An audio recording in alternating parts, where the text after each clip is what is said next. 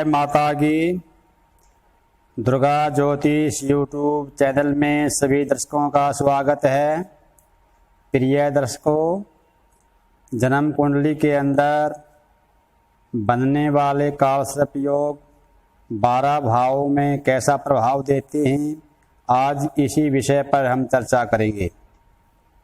प्रिय दर्शकों, अगर अब तक आपने इस चैनल को सब्सक्राइब नहीं किया तो सब्सक्राइब कर लें, बेल आइकन को दबाएं ताकि आगे आने वाली वीडियो का नोटिफिकेशन आपको मिलता रहे। प्रिय दर्शकों, यहाँ पर एक बात और कहने योग्य है कि कालसर्प योग हमेशा कष्टकारक ही नहीं होते। कभी कभी तो ये इतने अधिक अनुकूल होते हैं कि व्यक्तियों के विश्व स्तर पर न केवल प्रसिद्धि बनाते हैं अपितु संपत्ति, वैभव, नाम, प्रसिद्धि के देने वाले भी बन जाते हैं। आप विश्व के महापुरुषों के जन्मांकों का अध्ययन करें तो पाएंगे कि उनकी कुंडली में कालसर्प योग होने के बाद भी वे प्रसिद्धि के शिखर पर पहुँचे। इतना आवश्यक है कि उनके जीवन का कोई न कोई पक्ष ऐसा अवश्य रहा है जो अपूर्णता का प्रतीक बन गया है। कालसर्प योग से डरने या भयक्रांत होने की आवश्यकता बिल्कुल भी नहीं है। जन्म कुंडली में अनेक शुभ योग जैसे पंच महापुरुष योग, बुध आदित्य योग आदि बनते हैं, जिनके कारण कालसर्प योग का प्रभाव अत्यधिक न होकर अल्पकालिक होता है। यदि आप विश्व के सफलतम व्यक्तियों का अध्ययन करें तो निश्चित ही यह पाएंगे कि उनकी कुंडली के कालसर्प योग ने ही उन्हें इस उच्चतम ऊंचाई पर पहुंचाया। किसी जातक की कुंडली में कालसर्प योग है तो यह मानकर चलिए कि परिवार के अन्य सदस्यों के जन्मांक में भी यह योग देखने को मिलेगा, क्योंकि यह अनुबंधित ऋण है जो हमें पूर्वजों से मिलता है एवं इससे परिवार के सभी सदस्य किसी न किसी रूप में प्रभावित होते हैं। इसे ही पितृदोष का नाम दिया जाता है। कभी कभी ऐसा देखा गया है कि देवज्ञों द्वारा व्यक्ति इतना डरा दिया गया है कि वह ठीक ढंग से सोने भी नहीं पाता है, जबकि कुंडली में कालसर्प योग था ही नहीं या आंशिक प्रभाव पड़ रहा था जिसका सहज निदान किया जा सकता था। अतः कालसर्प योग का निर्णय किसी योग्य देवज्ञ से कराकर उसका निदान करना चाहिए। आज समाज में ऐसे भी व्यक्ति हैं जो निर्लिप्त भाव से बिना प्रलोभन के ज्योतिष की सेवा कर रहे हैं। ज्योतिष की दुकानदारी वाले देवज्ञों से बचने का प्रयास करना चाहिए। ज्योतिष में 12 राशियां हैं, इनके आधार पर 12 लगन होते और इनके विविध योगों के आधार पर कुल 288 प्रकार के कालसर्प योग निर्मित हो सकते हैं। प्रमुख रूप से भाव के आधार पर कालसर्प योग 12 प्रकार के होते हैं, जिनके नाम एवं प्रभाव इस प्रकार से हैं। ये लगन प्रथम भाव आप देख रहे हैं, इसको अनंत कालसर्प योग बोलते हैं। अगर यहाँ राहु ग्रह है और यहाँ पर ये केतु ग्रह है, मैंने ये केतु यहाँ भी लिखा है और यहाँ राहु भी लिखा है, ये आगे समझाने के लिए आपको। अब तो केवल यहाँ राहु को देखो और यहाँ केतु को देखो आप। इसको बोलते हैं अनंत कालसर्प योग। लगन से सप्तम भाव तक बढ़ने वाले इस योग को अनंत कालसर्प योग कहा जाता है।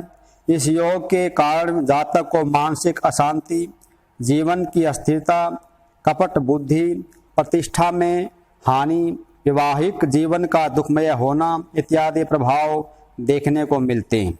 जातक को आगे बढ़ने के लिए काफी संघर्ष करना पड़ता है। ऐसा व्यक्ति निरंतर मानसिक रूप से अशांत रहता है। दूसरे भाव में यहाँ ये राहु है और यहाँ ये केतु आ जाएगा। इसको कहते हैं कुलिक कालसर्प योग।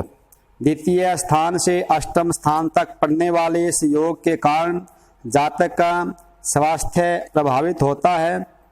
जीवन में आर्थिक पक्ष को लेकर अत्यंत संघर्ष करना पड़ता है। जातक कर्कश वाणी से युक्त होता है, जिसके कारण कलह की स्थिति तो निर्मित होती ही है, साथ ही वह पारिवारिक विरोध एवं अपयश का भागी भी बनता है। योग की तीव्रता के कारण विवाह में विलंब के साथ विच्छेद तक भी हो सकता है। तृतीय भाव में यहाँ ये राहु है और नवम भाव में यहाँ पर ये केतु ग्रह है। इसको वासुकी काश्यप योग कहते हैं। यह योग तृतीय से नवम तक बनता है। पारिवारिक विरोध, भाई बहनों से मनमुटाव, मित्रों से धोखा, भाग्य की प्रतिकूलता, व्यवसाय या नौकरी में रुकावटें, धर्म के प्रति नास्तिकता, कानूनी रुकावटें आदि बातें देखने को मिलती हैं। जातक धन अवश्य कमाता है, किंतु कोई न कोई बदनामी उसके साथ जुड़ी ही रहती है। उसे यश, पद, प्रतिष्ठा पाने के लिए संघर्ष करना ही पड़ता है।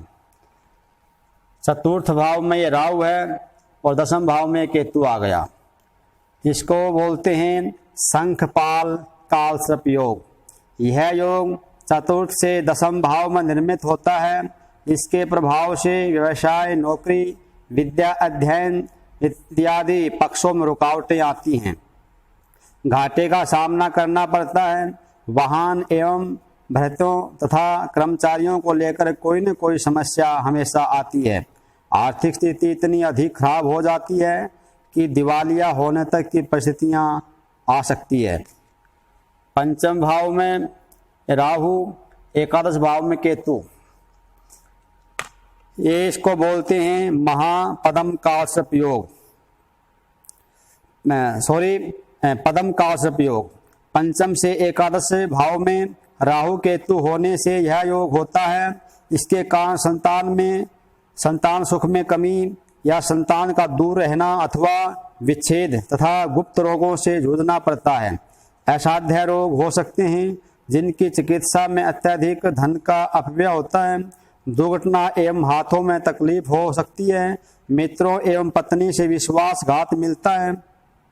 यदि सट्टा, लॉटरी, जुआ की लत हो तो इसमें सर्वस्व स्वाहा होने में देर नहीं लगती। शिक्षा प्राप्ति में अनेक अवरोध आते हैं। जातक की शिक्षा भी अपूर्ण रह सकती है। जिस व्यक्ति पर सर्वाधिक विश्वास करेंगे उसी से धोखा मिलता है। सुख में प्रयत्न करने पर भी इच्छित फल की प्राप्ति नहीं हो पाती। संघर्षपूर्ण जीवन बिताना पड़ता है। षष्ठम भाव में राहु और द्वादश भाव में केतु। इसको महापदम काश्यप योग बोलते हैं। 6 से 12 भाव के इस योग में पत्नी विछोवा, चित्र की गिरावट, शत्रुओं से निरंतर प्रभाव आदि बातें होती हैं। यात्राओं की अधिकता रहती है। आत्म बल की गिरावट देखने को मिल जाती है। प्रयत्न करने पर भी बीमारियों से छुटकारा नहीं मिलता। गुप्त शत्रु निरंतर षड्यंत्र करते रहते हैं। सप्तम भाव में राहु और लगन में केतु। अब ये उल्टा हो जाएगा यहाँ से। सप्तम भाव में राहु और प्रथम भाव में लगन के अंदर केतु। इसको तक्षक काश्यप योग बोलते हैं। सप्तम से लगन तक यह योग होता है। इसमें सर्वाधिक प्रभाव वैवाहिक जीवन एवं संपत्ति के स्थायित्व पर पड़ता है। जातक को शत्रुओं से हमेशा हानि मिलती है और असाध्य रोगों से जूझना पड़ता है। पदोन्नति में निरंतर अवरोध आते हैं। मानसिक परेशानी का कोई न कोई कारण उपस्थित होता रहता है। अष्टम भाव में राहु और द्वितीय भाव में केतु। यहाँ से ये उल्टा चल पड़ा है, तो ये इसको कर्कोटक काश्यप योग बोलते हैं। अष्टम भाव से द्वितीय भाव तक कर्कोटक योग होता है। जातक रोग और दुर्घटना से कष्ट होता है। ऊपरी बाधाएं भी आती हैं। अर्थ हानि, व्यापार में नुकसान, नौकरी में परेशानी, अधिकारियों से मनमुटाव, पदोन्नति, मित्रों से हानि एवं साझेदारी में धोखा मिलता है। रोगों की अधिकता, शल्य क्रिया, ऑपरेशन आदि होते हैं। जहर का प्रकोप एवं अकाल मृत्यु आदि योग बनते हैं। 9 भाव में राहु और तृतीय भाव में केतु। जिसको शंखनाद या शंखचूड़ा काश्यप योग बोलते हैं। यह योग नवम से तृतीय भाव तक निर्मित होता है। यह योग भाग्य को दूषित करता है, व्यापार में हानि एवं पारिवारिक तथा अधिकारियों से मनमुटाव कराता है। फलतः शासन से कार्यों में अवरोध होते हैं। जातक के सुख में कमी देखने को मिलती है। दसम भाव में राहु, चतुर्थ भाव में केतु, जिसको पातक काश्यप योग बोलते हैं। दसम से चतुर्थ भाव तक यह योग होता है। दसम भाव में व्यवसाय की जानकारी मिलती है, व्यापार की। संतान पक्ष को बीमारी भी होती है। दसम एवं चतुर्थ से माता पिता का अध्ययन किया जाता है। अतः माता पिता दादा दादी का वियोग राहु की महादशा अंतरदशा में संभाव्य है। विषाक्त काश्यप योग यानी कि 11वें भाव से 5वें भाव तक यहाँ पर राहु और यहाँ ये केतु ग्रह आ जाएगा। इसको विषाक्त काश्यप योग बोलते हैं। इसको विषधर भी कहते हैं। राहु केतु के एकादश पंचम में स्थित होने पर इस योग में नेत्र पीड़ा, हृदय रोग, बंधु विरोध, अनिद्रा रोग आदि स्थितियां बनती हैं। जातक को जन्म स्थान से दूर रहने को बाध्य होना पड़ता है। किसी लंबी बीमारी की संभावना रहती है। द्वादश भाव में राहु और षष्ठम भाव में केतु, इसको शेषनाग काश्यप योग कहते हैं। द्वादश से षष्ठम भाव के इस योग में जातक के गुप्त शत्रुओं की अधिकता होती है और साथ ही वे जातक को निरंतर नुकसान भी पहुंचाते रहते हैं। जिंदगी में बदनामी अधिक होती है। नेत्र की शल्य क्रिया यानी कि ऑपरेशन करवाना पड़ता है। कोर्ट कचहरी के मामले में पराजय ही मिलती है। प्रिय दर्शकों, काश्यप योग 12 भाव में क्या प्रभाव देता है ये आपको बताया है। अगर ये वीडियो आपको अच्छी लगी हो, इसको लाइक करें और शेयर करें, क्योंकि जानकारी आगे भी जाएगी तो फिर आगे भी जानकारी मिलती है और वो भी इस कुंडली को देख करके जानकारी प्राप्त कर सकते हैं।